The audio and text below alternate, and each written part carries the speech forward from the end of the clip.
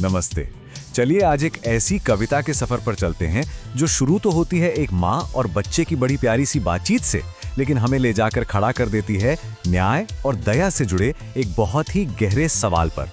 ये कहानी है एक घायल हंस की और उस फैसले की जो एक बच्चे की जुबान से निकलता है। कविता की शुरुआत ही देखिए कितनी मासूम और प्यारी है। माँ कहे कहानी। बस एक बच्चा अपनी माँ से कहानी सुनने की जिद कर रहा है और यहीं से हमारी ये पूरी दास्तान शुरू होती है। जानते हैं इस कविता में सबसे खास बात क्या है? वो है इसका अंदाज। ये पूरी की पूरी कविता एक बातचीत है, एक संवाद माँ और बेटे के बीच में, और इसकी वजह से हम सीधे कहानी के दिल में उतर जाते हैं। ऐसा लगता है मानो हम भी वहीं बैठकर ये सब सुन रहे हैं।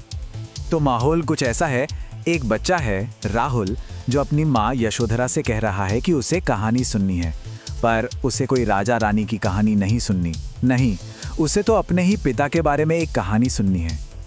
और बस माँ कहानी सुनाना शुरू करती हैं, और ये कहानी एक कहानी के अंदर की कहानी है। बात एक सुबह की है जब राहुल के पिता एक बहुत ही खूबसूरत बगीचे में टहल रहे थे। माँ उस बगीचे की इतनी सुंदर तस्वीर खींचती हैं। वो कहती हैं वर्ण वर्ण के फूल खिले थे। जरा सोच कर देखिए, हर रंग के फूल हैं, पत्तों पर ओस की बूंदें चमक रही हैं और एक ठंडी ठंडी भीनी भीनी हवा चल रही है। सब कुछ कितना शांत, कितना सुकून भरा। और फिर अचानक वो सारी शांति एक पल में भंग हो जाती है। गिरा बिद्ध होकर खरशर से आसमान से एक हंस एक तेज तीर से घायल होकर जमीन पर आ गिरता है। उसके पंखों में तीर लगा है। जरा सोचिए कितना दर्दनाक मंजर रहा होगा वो। और ये देखते ही पिता एक पल भी नहीं सोचते, फौरन उस घायल पंछी की तरफ भागते हैं। वो उसे उठाते हैं, उसकी जान बचाते हैं। कविता में कहा गया है कि ये उस हंस के लिए एक नया जन्म था, जैसे उसे एक नई जिंदगी मिल गई हो। मगर कहानी का असली मोड़ तो अब आता है, क्योंकि ठीक उसी वक्त वो शिकारी भी वहां आ पहुंचता है। अपने अचूक निशाने पर बड़ा नाज करते हुए वो अपना शिकार वापस मांगता है, वही घायल हंस।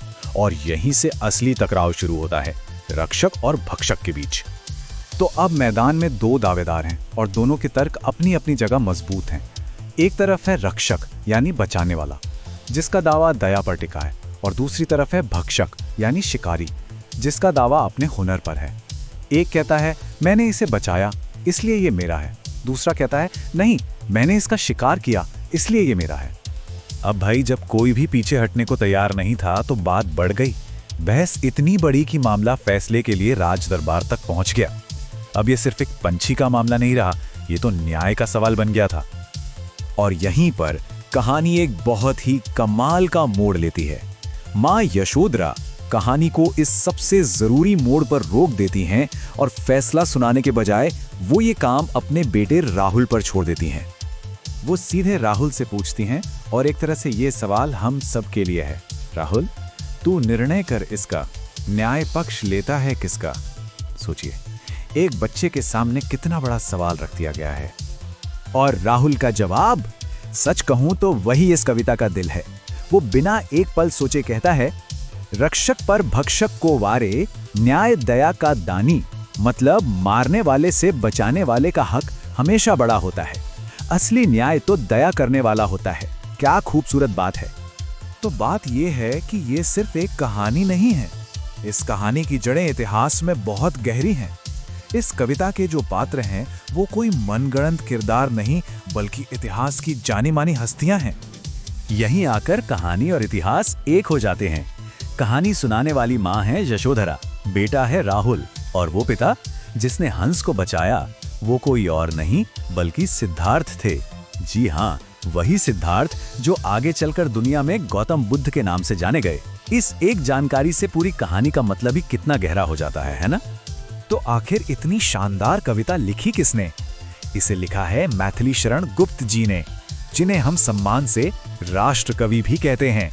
और ये खूबसूरत कविता उनके एक बहुत बड़े महाकाव्य यशोधरा का ही एक छोटा सा हिस्सा है। गुप्त जी का लेखन अक्सर भारत की संस्कृति और इतिहास की आत्मा को छूता था। तो इस कविता की असली ताकत किस बात में है? वो इसके तरीके में है। ये सिर्फ एक कहानी सुनाना नहीं है, ये तो एक माँ है जो अपने बच्चे को सही और गलत का फर्क सिखा रही है। वो उसे ये एहसास दिला रही है कि दया के बिना न्याय हमेशा अधूरा रहता है। बचाने का काम हमेशा मारने के काम से बड़ा होता है। और आखिर में ये कविता हमें एक सवाल के साथ छोड़ जाती है, एक ऐसा सवाल जो तब भी जरूरी था और आज भी है। जब किसी की जान दांव पर लगी हो तो हक किसका बड़ा है, उसका जो जान लेना चाहता है या उसका जो जान बचाना चाहता है? ये सवाल ये कविता हमारे लिए छोड़ जाती है।